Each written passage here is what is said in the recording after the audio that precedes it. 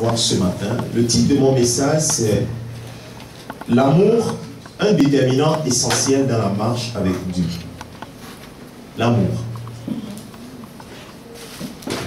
Durant cette semaine, nous avons jeûné et prié.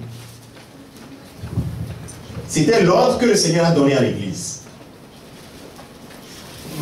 De jeûner et de prier. Et nous l'avons confirmé tout à l'heure par la parole de Dieu. Dans Joël chapitre 12. Le Seigneur nous a confirmé que c'était l'ordre qui venait de lui-même. Donc j'aimerais juste conseiller à ceux qui n'écoutent pas ces genres de programmes et qui ne le mettent pas dans leur agenda, faites très attention. C'est tout ce que je vais dire.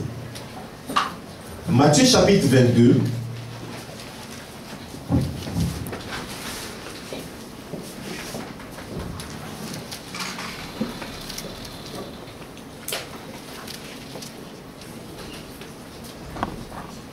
Nous allons lire à partir du verset 34. Tu vas nous afficher verset 34, verset 40.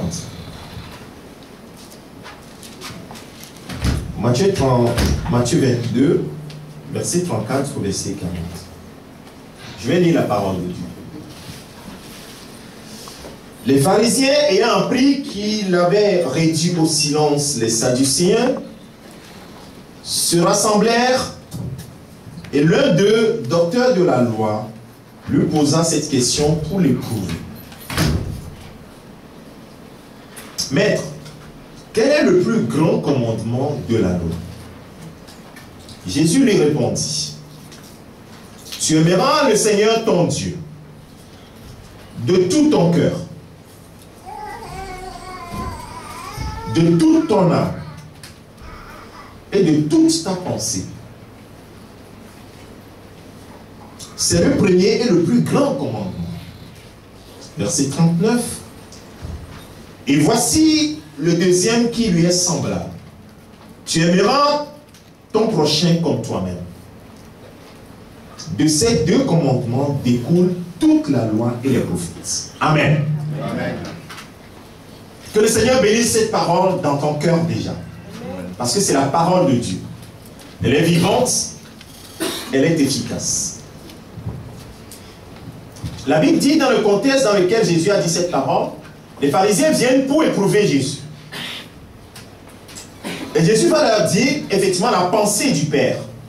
Et comme nous sommes là ce matin, nous voulons que la pensée du Père nous soit communiquée. Et la Bible dit ici, ou bien Jésus donne la pensée du Père. Il dit pour le Père, la chose la plus importante de tout ce que tu peux faire, si cela n'est pas rassemblé dans ces deux actes, dans ces deux versets, ou bien dans ces deux paroles-là, alors tu es à côté. La première, c'est que tu dois aimer ton Dieu. Nous reviendrons pour la suite. Et la deuxième, c'est que tu dois aimer ton prochain. Alors on comprend bien pourquoi l'apôtre Paul, lorsqu'il parle aux Corinthiens, il va parler des dons spirituels. Lorsqu'on parle du Saint-Esprit, on parle, le corollaire, c'est que le Saint-Esprit accorde des dons surnaturels. Et lorsqu'il parle des dons du Saint-Esprit dans 1 Corinthiens chapitre 12, il va citer ces versets, il va citer les différents dons, les 9 dons charismatiques, les 9 dons du Saint-Esprit. Et dans la suite, il va dire, je vais vous montrer la voie royale pour pouvoir obtenir toutes ces choses. Ou bien pour pouvoir vraiment marcher dans ces choses. Et il va leur parler de l'amour. Et c'est le deuxième verset que je vais lire. 1 Corinthiens chapitre 13.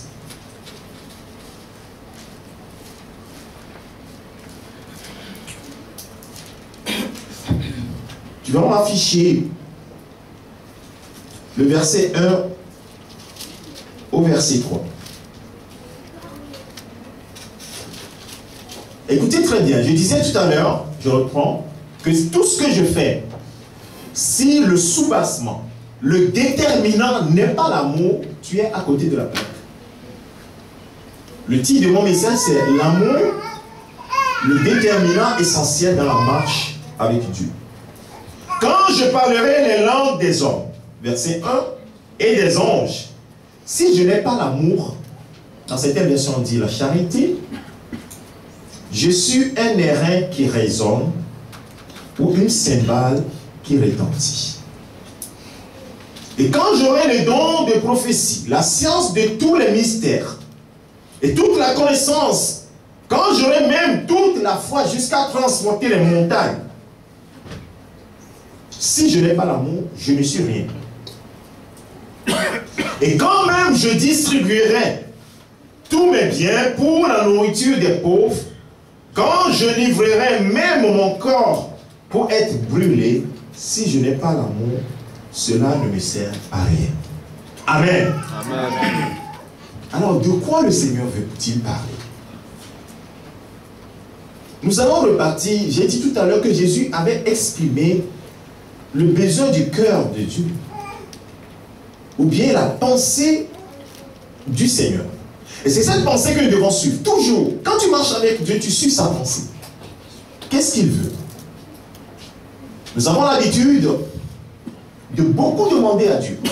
Seigneur, je veux du travail. Seigneur, je veux que tu guérisses mes enfants, que tu les protèges. Et la liste est très longue.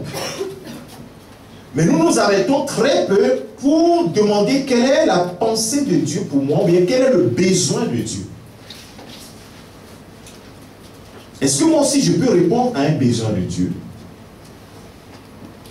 Et regardez ce que le Seigneur, dès le départ, au début, quand le Seigneur va commencer par se révéler à son peuple, il va leur donner des instructions. Et l'une des instructions qui est la plus élevée va venir dans Deutéronome chapitre 10, verset 12. Deutéronome chapitre 10.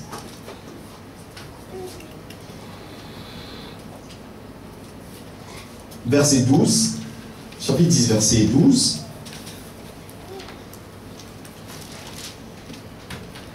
Maintenant, il parle à son peuple. Son peuple, n'est-ce pas? Maintenant, Israël, que demande de toi l'Éternel? Toi, tu lui poses beaucoup de questions, tu lui demandes beaucoup de choses. Le Seigneur a pourvu à tes besoins dans le désert. Il t'a donné des choses. Il t'a fait sortir du pays d'Égypte de façon glorieuse. Que demande de toi l'Éternel, ton Dieu? Si ce n'est que tu craignes l'Éternel, ton Dieu, afin de marcher dans toutes ses voies, d'aimer et de servir l'Éternel, ton Dieu, de tout ton cœur et de toute ton âme. Si j'ajoute le verset 13, si ce n'est que tu observes les commandements de l'Éternel et ces lois que je te prescris aujourd'hui afin que tu sois heureux. Tu peux ajouter le verset 13. Mais si j'avais la loi, toute la loi, et que l'on me dise ces paroles-là, je pense que toute ma méditation va être sur cette parole. Il dit ce que le Seigneur veut de toi. Tout ce qu'il veut de toi, regardons bien la phrase, il dit, maintenant Israël, que demande de toi l'Éternel, ton Dieu? Toi, tu lui demandes des choses. Lui aussi, il veut te demander quelque chose. Il te demande une seule chose. Si ce n'est que les autres choses ne sont plus bonnes. Ce qu'il te demande, c'est que tu craignes l'Éternel, ton Dieu. Que tu le craignes, que tu aies la crainte de Dieu en toi. Donc, si tu n'as pas la crainte de Dieu en toi, ça dit que tu ne réponds pas à sa demande. Et que tu fasses quoi? Et que tu marches dans toutes ses voies. Et que tu l'aimes. Et que tu le serves. Et comment? de tout ton cœur, de toute ton âme.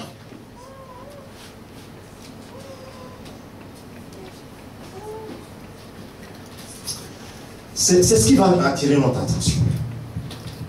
Nous demandons beaucoup, Seigneur, envoie-nous ton esprit, donne-nous les dons du Saint-Esprit. Alors si nous ne comprenons pas la pensée de Dieu, nous allons faire des choses qui ne nous servent à rien. Et si cette parole est adressée à Israël, Israël dans la chair, Israël, le peuple choisi de Dieu, qui est postérité d'Abraham.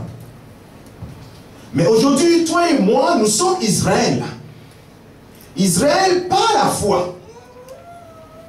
Israël par la foi parce que nous avons eu foi en Dieu et cela nous est également compté comme si nous faisions partie d'Israël et nous sommes appelés Israël également. Donc cette parole de l'Éternel nous concerne. Galates chapitre 3 verset 7. Les gens se demandent pourquoi est-ce que j'ai dit qu'eux aussi sont Israël. Galates chapitre 3 verset 7 dit: reconnaissez donc que ce sont ceux qui ont la foi, qui sont fils d'Abraham. Les Israélites, ils descendent d'Abraham. Abraham a eu un fils, il s'appelle Isaac. Il y en a eu deux, mais le fils de la promesse c'est Isaac. Isaac a eu Ésaü et Jacob. Dieu a choisi Jacob. Et par Jacob, les 12 tribus. Et Jacob, c'est Israël. Jacob, c'est Israël. Et dit, reconnaissez donc que ce sont ceux qui ont la foi, qui sont fils d'Abraham. Verset 38, verset 8, 3, 7 et 8. Aussi l'Écriture prévoyant que Dieu justifierait les païens par la foi, a d'avance annoncé cette bonne nouvelle à Abraham. Toutes les nations seront bénies en toi. Donc nous sommes fils d'Abraham. Alléluia. Amen. Par la foi que nous avons en Dieu, mais également en son Fils Jésus-Christ.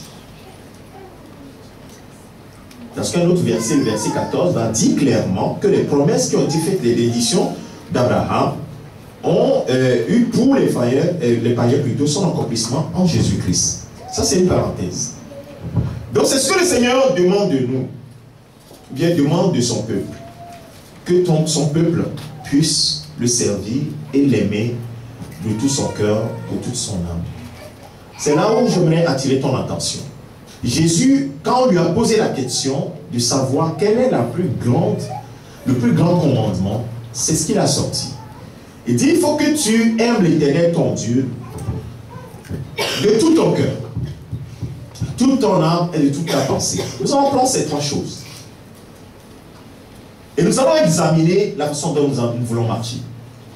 J'aimerais que tu oublies, peut-être que tu prennes de ton passé des éléments pour pouvoir construire l'avenir.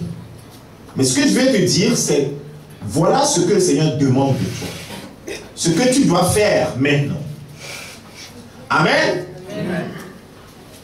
Seigneur, qu'est-ce que tu veux que je fasse?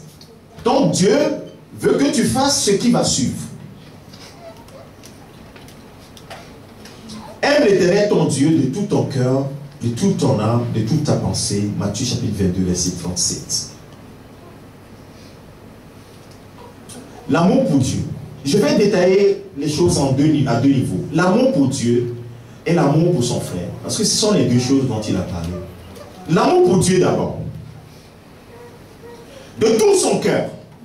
Dans le cœur, qu'est-ce que nous avons dans le cœur?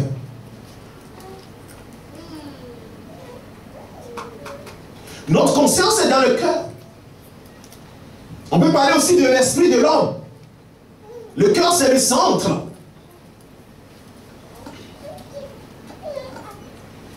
Dans le cœur, nous avons également les intentions. Et la communication, Dieu nous communique, nous parle dans notre cœur. Mais il dit que tu dois aimer l'Éternel, ton Dieu, de tout ton cœur. Donc consciemment, tu dois l'aimer. Parce que, non, le Saint-Esprit descend sur toi, je ne me contrôle pas. Oh Seigneur, je t'aime. Je ne me contrôle pas. Non, dans la conscience. Il faut que tu l'aimes dans la conscience.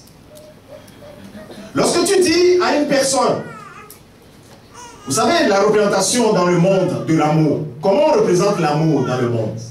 Ou bien quand vous voulez parler de l'amour, ou bien je t'aime, qu'est-ce que vous faites? Quel est le symbole? Les gens font quoi? Ils font la main. C'est ça, non? C'est le cœur. Donc ils disent le cœur. Donc l'amour, les gens attendent que tu aimes, que l'amour procède du cœur. Donc dans le cœur, il doit avoir cette conscience-là. Donc je t'aime, c'est consciemment. C'est pas que bon, je rêve, je suis dans le rêve et puis je dis je t'aime. Non, je t'aime consciemment, c'est dans la conscience. Je t'aime. Et si je t'aime dans la conscience, qu'est-ce que je fais? Je dois le prouver. Et c'est cela qui est intéressant.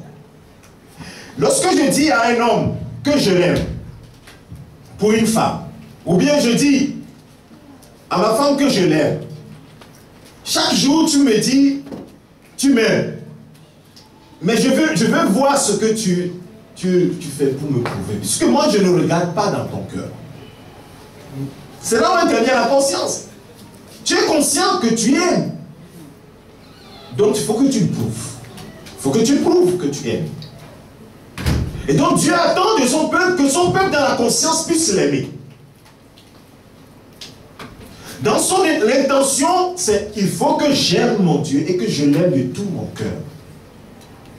Et que la place de mon cœur soit occupée par Dieu.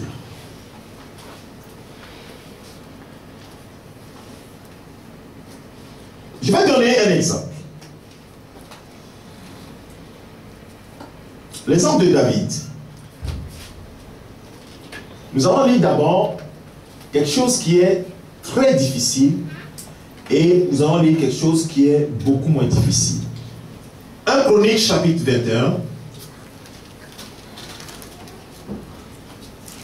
Chapitre 21, verset 15 au verset 27. Je vais lire seulement quelques versets. 1 Chronique chapitre 21, verset 15 au verset 27. Je vais peut-être résumer parce que c'est le verset 24 qui m'intéresse. Je vais résumer cette histoire. David, à un moment donné de son règne, va demander le dénombrement. Vous voyez, lorsqu'on marche avec Dieu, on ne pose pas seulement des actes en désordre. Et malheureusement, David va poser cet acte-là sans consulter Dieu. Et cela n'a pas plu à Dieu. Qu'il puisse demander le dénombrement du peuple pour savoir quel est le nom de mon peuple, du peuple de Dieu. Et la Bible dit clairement que c'est Satan qui lui a inspiré cette pensée. Dans le premier verset du chapitre 21. Il dit Satan se leva contre Israël et il excita David à faire le dénombrement d'Israël. Et David a succombé. Et quand David a succombé, arrivé à un moment, Dieu s'est mis en colère contre le peuple. Et Dieu va faire descendre sa sentence. C'est ce qui est écrit à partir du verset 15. Mais ce n'est pas tant la sentence qui pose problème.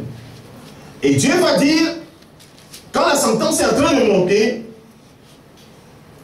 il y a un ange qui va venir, qui va parler au serviteur de Dieu, qui est le porte-parole de Dieu auprès du roi, Gad. Dans le verset 18, tu peux nous afficher le verset 18.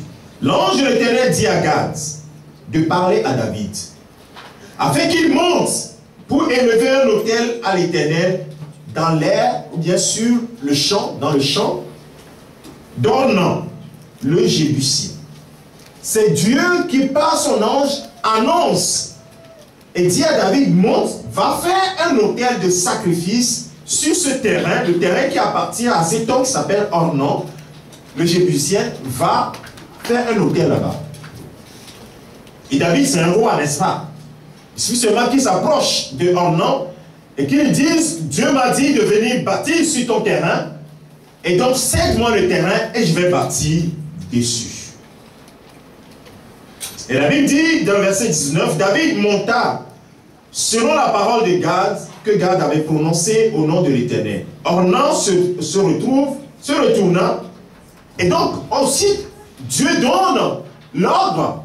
Il apparaît aussi par son ange à l'intéressé, pour disposer son cœur. La Bible dit, Ornan se retourna et vit l'ange, et ses 4 fils se cachaient avec lui. Il foulait alors du froment. Il se dit, mais qu'est-ce qui se passe? ils ont eu une vision, ou bien l'ange leur a apparu. Ils se sont dit, mais qu'est-ce qui se passe? Et aussitôt, David va arriver. Lorsque David arriva auprès d'Ornan, Ornan regarda, et il aperçut David, puis il sortit de l'air, il sortit de son terrain, et se prosternant devant le roi, devant David, c'est normal.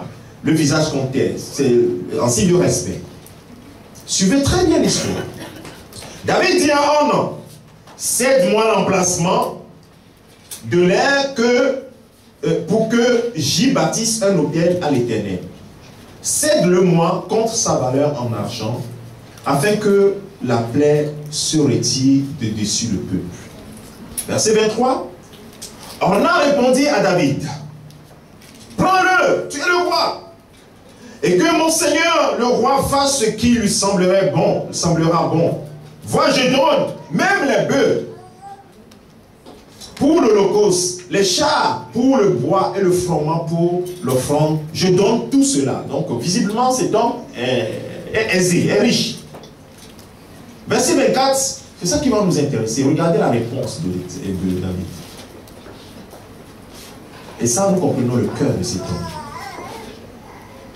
Mais le roi David dit à Ornan, non, je vais l'acheter contre sa valeur en argent.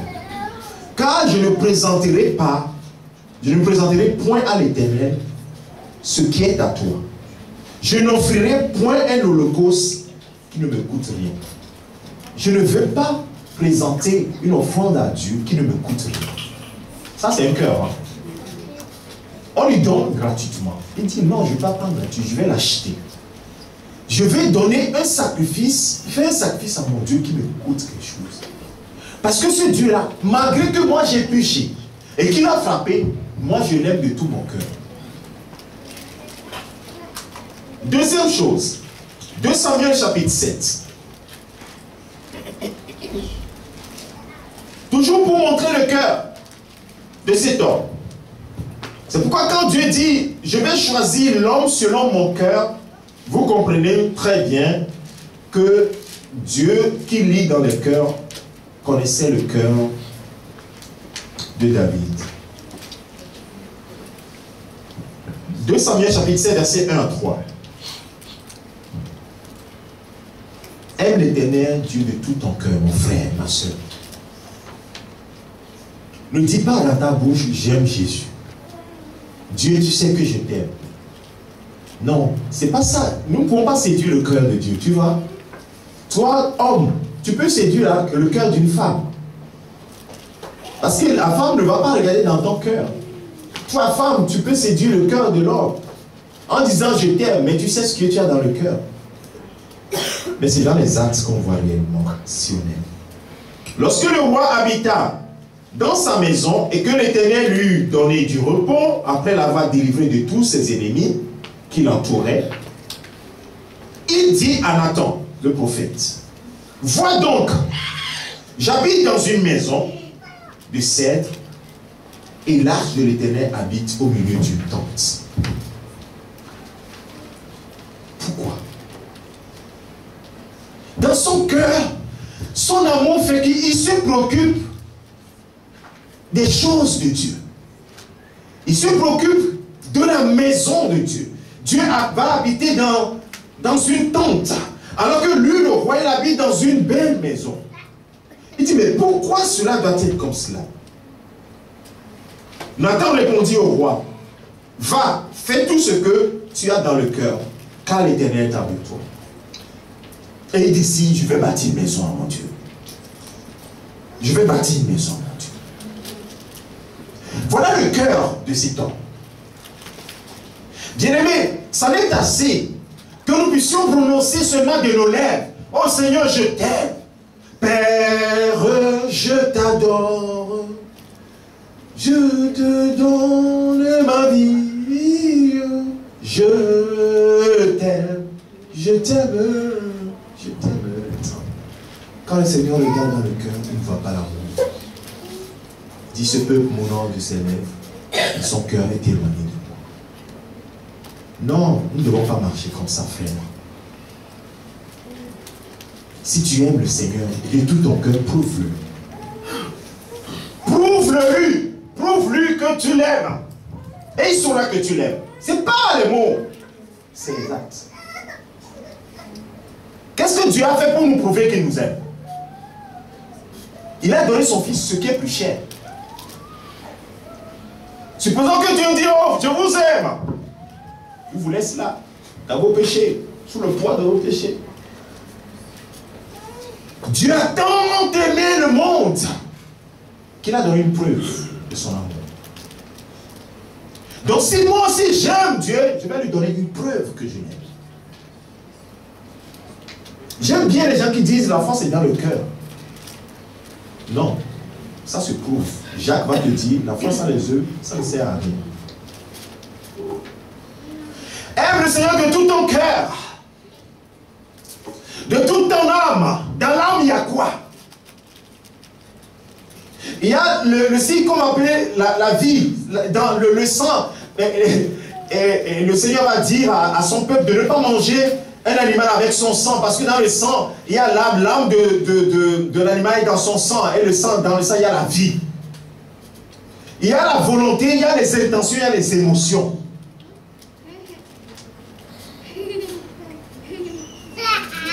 La volonté de l'homme est dans son âme. Est-ce que ta volonté, il dit, aime l'Éternel de tout ton cœur, de toute ton âme, toute ta volonté. Est-ce que tu l'aimes? Quand tu fais quelque chose, est-ce que tu le fais avec l'amour?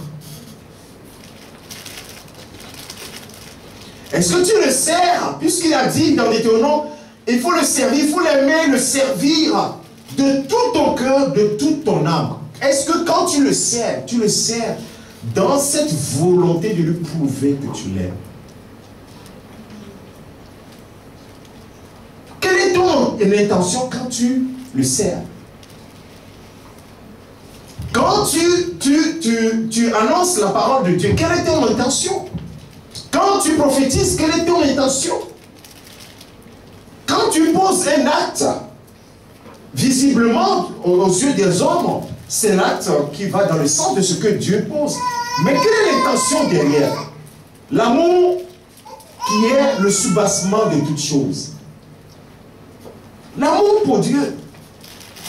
Donc ça veut dire que si je dois prêcher ici, je dois le faire avec l'intention de prouver à Dieu que je l'aime. Avec cette ferme volonté de lui prouver que je l'aime. Et donc je ne vais pas le faire négligemment, je vais le faire avec amour. Parce que quand je vois le peuple de Dieu, je dois voir le peuple de Dieu comme étant les enfants de Dieu qui aspirent à recevoir de Dieu. Et avec crainte, je dois m'approcher de mon Dieu et dire, mais Seigneur, je ne suis rien. Mais prends-moi comme ton instrument pour délivrer ton message. Et donc je dois me faire petit et dans l'intime conviction que seul Dieu soit glorifié. Alléluia. Amen. Si mon intention derrière, c'est que je sois glorifié, Dieu l'a vu. Donc ça ne me sert à rien. En prédication, les gens seront bénis, hein, mais moi je ne serai pas béni. Les intentions. Dans nos émotions. Il y a certains qui pleurent rapidement. Ils pleurent moins de choses, ils pleurent. Mais tu peux pleurer sans avoir l'amour dans le cœur. Vous n'avez jamais entendu parler de gens qui ont même assassiné leur prochain, mais qui, au jour de funérailles, c'est eux qui ont le plus pleuré. C'est pas ça qui séduit le cœur de Dieu. Quand l'émotion vient, l'émotion doit venir du fait que l'amour, ça procède de l'amour.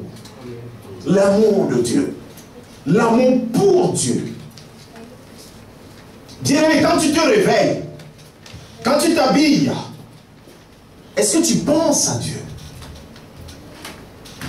Quand tu fais tes choix, est-ce que tu penses à lui? Puisqu'il dit de toute ta pensée. Ah! Est-ce que tu penses à lui? Quand il donne une sainte convocation, quel choix tu fais? Tu fais le choix pour toi-même et tu dis que tu aimes Dieu. Je peux te dire que tu n'aimes pas Dieu. Il ne faut pas que tu sois fâché, hein, mais c'est la vérité.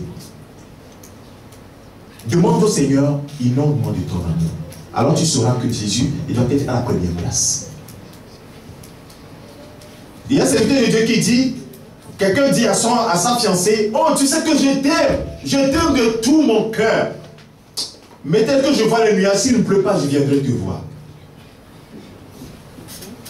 Ça veut dire que s'il pleut, si tu m'aimes de tout ton cœur, tu ne peux pas traverser la pluie pour venir me voir. Donc c'est la pluie là qui va te bloquer. Ton amour là, c'est circonstancié. C'est-à-dire que quand les choses vont bien, ton amour il est intact. Mais quand il y a des choses, ah, ton amour... Non, bien aimé. C'est pas ça. J'ai écouté une histoire, j'ai pu partager cette vidéo et ce DVD avec certaines personnes. Il y a un homme, un couple. Dans ce couple-là, et là je vais peut-être que ça va mieux te parler. Et donc ce couple traversait des moments difficiles. Et donc le monsieur, pour revenir et gagner le cœur de sa femme, il dit, bon, je vais lui... Apparemment, les femmes, elles aiment bien qu'on leur offre des fleurs. Et puis, il est allé donc pour acheter des fleurs. Et il voit les fleurs, il voit les prix, il dit, ah, c'est $50, c'est très cher. Et donc la personne qui vend, dit, mais c'est à qui vous allez offrir? Il dit, à ma femme. Et mais donc, achetez ce qui est bien. Vous lui offrez conseil sur la clé. Il dit, non, ça c'est trop cher, je vais acheter ça. Il est allé acheter des fleurs minables. Vous voyez, qui ne coûtent pas grand-chose. Et quand il a apporté ces fleurs-là, sa femme sait déjà que ça ne procède pas de ton cœur. Et effectivement, ça ne procédait pas de son cœur. C'est simplement pour assouvir quelque chose. Je vais gagner son cœur. Mais l'intention derrière n'est pas l'amour. De la même manière, parfois nous offrons des victimes spirituelles à Dieu, c'est-à-dire nos prières, nos louanges. Mais derrière l'intention n'est pas Dieu, une fois l'intention. Ce n'est pas la mélodie de la chanson qui est importante, mais l'intention qui est derrière. Et le monsieur, la femme a dit que non, ça, il dit non, je ne crois pas. Jusqu'à ce que cet homme, c'est un film chrétien, cet homme a compris qu'en réalité, il devait aimer sa femme. Et bien aimé, quand il a vraiment compris cela, et que le Seigneur a commencé par transformer son cœur pour que l'amour puisse être là, alors là, il a pu gagner le cœur de sa femme facilement. Parce que l'esprit témoigne également dans le cœur du prochain. C'est ce qu'il ne faudrait pas que nous oublions. Et très souvent, les serviteurs de Dieu, parfois, moi je ne dis pas certaines choses à certaines personnes pour ne pas les pousser au péché. Parce que quand la personne commence à me parler, cette me dit qu'il est en train de mentir. Mais je vais dire, ok. Parce que quand tu commences par dire, et que la personne continue par sa descente, c'est-à-dire que la personne est en train de mentir déjà. Quand la personne continue par mentir, jusqu'à tomber. Non, je commence à, Seigneur, témoigne jusqu'à que la personne se répande. Le Saint-Esprit, la Bible dit que le Saint-Esprit témoigne à notre esprit que nous sommes enfants de Dieu. De la même manière, quand nous sommes là, le Saint-Esprit témoigne que ce que tu es en train de me dire est vrai ou faux. Si tu es sensible au Saint-Esprit, tu le sais. Tu le sais. Donc, bien aimé, quand tu parles avec un serviteur de Dieu et que tu dis, oh aujourd'hui je l'ai roulé dans la farine, oh là là, il n'a rien vu, il n'a vu que du feu, tu es en train de te tromper. Tu te trompes. Vous savez, Pierre n'était pas là quand Ananias et Saphira sont allés vendre le terrain. Est-ce qu'il était là? Il n'était pas là. Mais quand ils sont venus, quand Ananias a dit, ah mais c'est tout l'argent qu'on a... Il dit, mais pourquoi tu vends? Le Saint-Esprit a témoigné en même temps au cœur de Pierre qu'il est en train de mentir. Il dit, mais pourquoi tu mens? Est-ce que ce terrain et l'argent du terrain, est-ce que ça ne t'appartient pas? Ça t'appartient. Est-ce que Dieu t'a poussé à vendre ton terrain pour lui apporter l'argent? Non. C'est toi-même qui as fait le choix. Mais quand tu as fait le choix, l'intention qui était derrière ton idée n'était pas de glorifier Dieu. Parce que la Bible dit qu'il voyait les autres faire. Il dit, ah, moi si je fais, pour avoir quoi? L'honneur. Mais comme ça ne procédait pas de l'amour, il ne pouvait pas donner toute la totalité de l'argent. Vous voyez? Quand ça procède du cœur, bien aimé, ah, ça coule parce qu'on aime. Bien aimé, c'est comme ça que Dieu veut que nous puissions l'aimer. Pas l'aimer parce que Dieu va nous bénir. Pas l'aimer parce que Dieu va pourvoir nos besoins, il va nous protéger. L'aimer parce que lui nous a aimé le premier. L'aimer même dans un temps difficile. Et plusieurs fois, je l'ai dit ici, les gens, l'amour des gens pour le Seigneur dépend des circonstances. Supposons que ta femme, l'amour pour ta femme dépend des circonstances. Est-ce que ta femme sera heureuse? Ah, quand elle te fait un bon repas, oh, le jour là, oh, ma femme, je t'aime. Oh, toi, tu sais que je t'aime. Le jour où le repas n'est pas très bien, ah, toi là, quelle femme tu es même? Le jour là, il n'y a plus l'amour. Comment l'amour peut dépendre de la nourriture? Arrivé un moment, la famille, je dis, mais cet homme est en train de jouer avec quoi? Parce que la femme, elle va remarquer tout de suite que c'est en fonction des circonstances que tu dis que tu l'aimes. Et il y a beaucoup de gens, le jour où ils sont en train de louer le Seigneur, vraiment de tout leur cœur, et à la fin du culte, tu approches, qu'est-ce que c'est? Dieu m'a béni là. Et donc le dimanche prochain, la soeur vient, oh, la louange.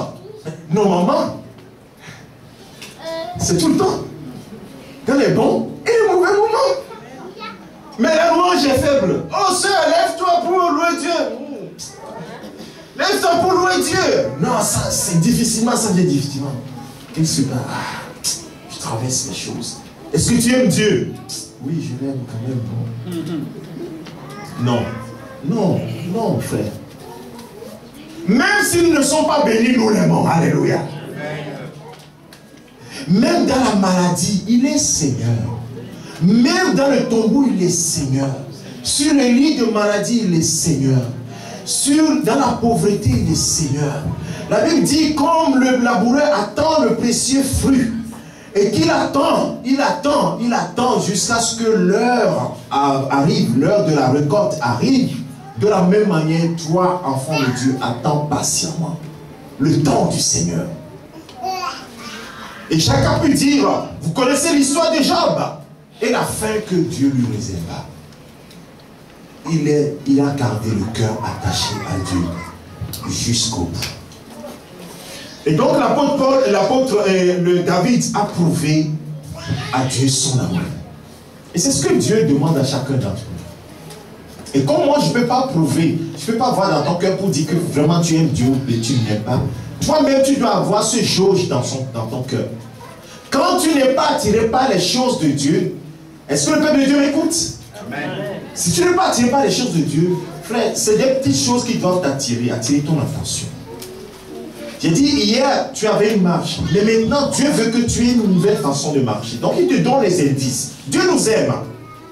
C'est pourquoi il nous donne les indices, pour que nous puissions marcher avec lui. Il dit, quand tu vois qu'il y a quelque chose qui ne va pas, tu ne t'attaches plus à la parole. Et la vie de prière, non, ça ne va pas. Commence pas déjà à réclamer que le Seigneur puisse te renouveler. Et même, est-ce que tu as déjà prié une fois, Seigneur, inonde-moi de ton amour, je vais t'aimer.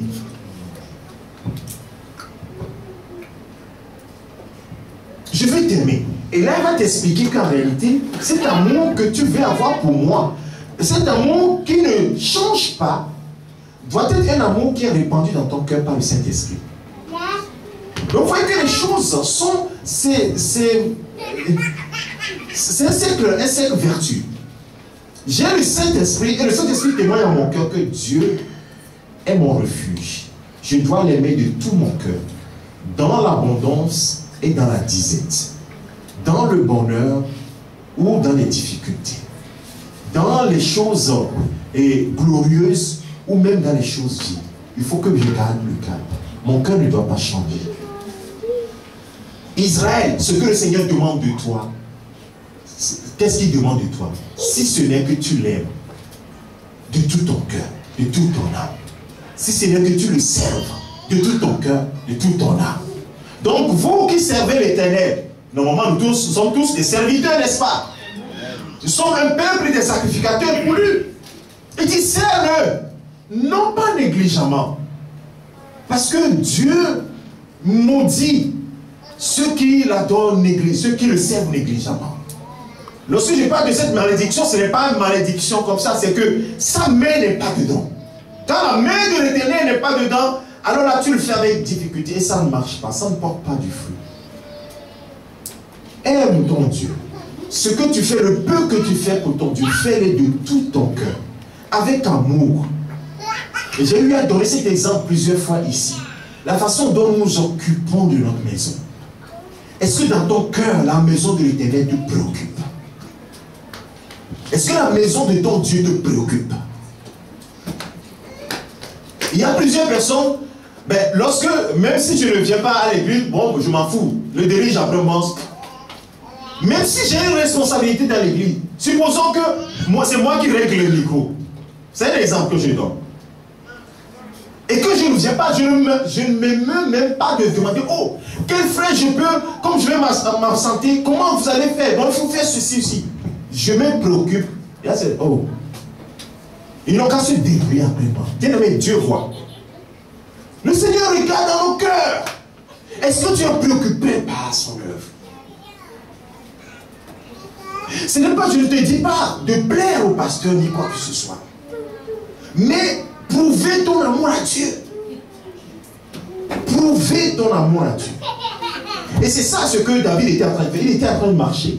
Et il voit qu'il ne sont pas les biens. C'est tellement qu'il a regardé par la fenêtre, il a vu l'attente. Il dit, c'est pas possible. L'attente de mon Dieu, du grand Dieu, celui qui m'a donné la paix, celui qui m'a donné la stabilité dans mon royaume, est dans une tente. Et moi, je suis dans ce palais. Non, ça ne peut pas marcher comme ça. Aimer le Seigneur de tout son cœur.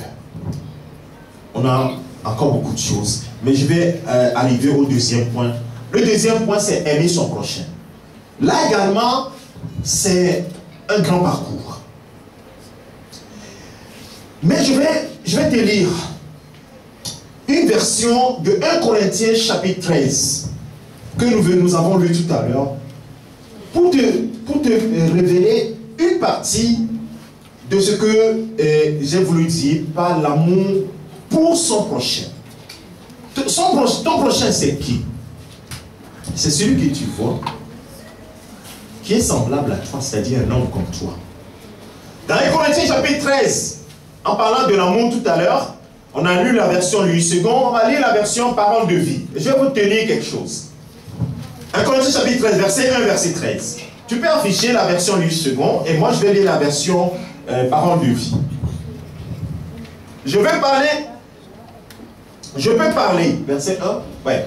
Ici on dit, quand je parlerai les langues des suite. Je peux parler les langues des hommes et les langues des anges. Mais si je n'aime pas les autres, donc l'amour dont on parlait là-bas, en fait, c'est l'amour pour le prochain. Là, c'est l'amour pour le prochain. Parce que la suite va te dire qu'effectivement, c'est l'amour pour le prochain. Parce qu'il dit, l'amour pardonne tout. Tu vas pardonner à Dieu son péché? Non, c'est à ton prochain. Donc voilà. Donc c'est déjà un signe pour te dire que si on est en train de parler de l'amour pour son prochain. Il dit, dans cette version, il dit, je peux parler les langues, et ainsi de suite, mais si je n'ai pas l'amour, je n'aime pas les autres, je suis seulement une cloche qui résonne, une cymbale bruyante. Je peux avoir le don de parler au nom de Dieu. Je peux comprendre tous les mystères et posséder toute la connaissance. Je peux avoir une foi assez grande pour déplacer les montagnes. Mais si je n'aime pas les autres, je ne suis rien. Je peux distribuer toutes mes richesses à ceux qui ont faim. Je peux livrer mon corps au feu. Mais si je n'aime pas les autres, je n'y gagne rien. Verset 4. L'amour est patient. L'amour rend service. Tu vas jusqu'au verset 13, s'il te plaît. Et tu vois, là on arrive au détail. J'aimerais, frères et sœurs, que chacun de nous puisse prêter attention à chaque détail qui sort là. Si nous prenons ces détails et nous les mettons en pratique dans notre vie, notre façon de marcher changera certainement. Verset 4. L'amour est patient. Est-ce que tu es patient envers les autres? L'amour rend service. Frère, sœur, quel service tu rends à ton prochain? Toi, tu aimes qu'on te rende service, n'est-ce pas? Quel service tu rends au prochain? Il n'est pas jaloux. Il ne se vante point. Il ne se vante pas. Il ne se gonfle pas d'orgueil.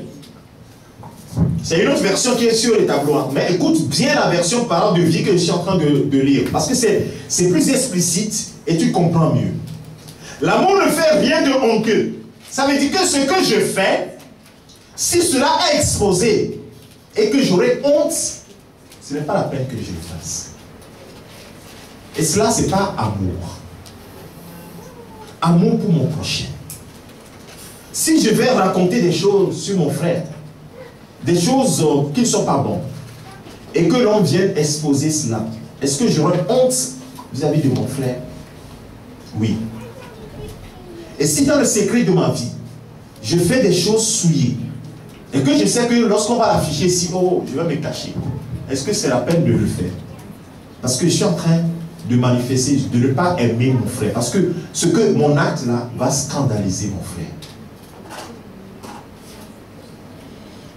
Il dit, l'amour ne fait rien de honteux. Il ne cherche pas son intérêt. Est-ce que tu cherches ton intérêt ou bien l'intérêt de l'autre? Il ne se met pas en colère. Il ne se souvient pas du mal qu'on lui a fait. Il ne se réjouit pas de l'injustice, mais il se réjouit de la vérité. L'amour excuse tout. Il croit tout. Il espère tout. Il supporte tout. Verset 8. L'amour ne disparaît jamais. Les paroles dites au nom de Dieu s'arrêteront. C'est-à-dire les prophéties, les dons de parler en langue inconnue disparaîtront. Le don de parler en langue inconnue disparaîtra, la connaissance finira. En effet, nous ne connaissons pas tout. Verset 9. Et les paroles dites au nom de Dieu ne sont pas complètes. Mais quand tout deviendra parfait, ce qui n'est pas complet disparaîtra. Ainsi de suite, ainsi de suite. Verset 13. Maintenant, trois choses sont toujours là. La foi, l'espérance et l'amour. La plus grande de toutes ces choses, c'est quoi? C'est l'amour.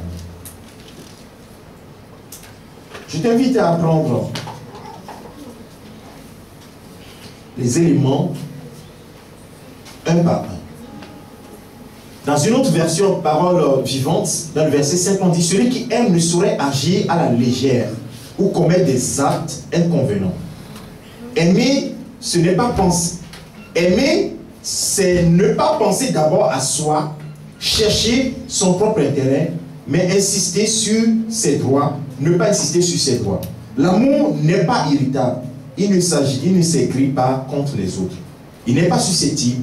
Quand on aime, on ne médite pas le mal. On ne le soupçonne pas. On ne le soupçonne pas chez les autres.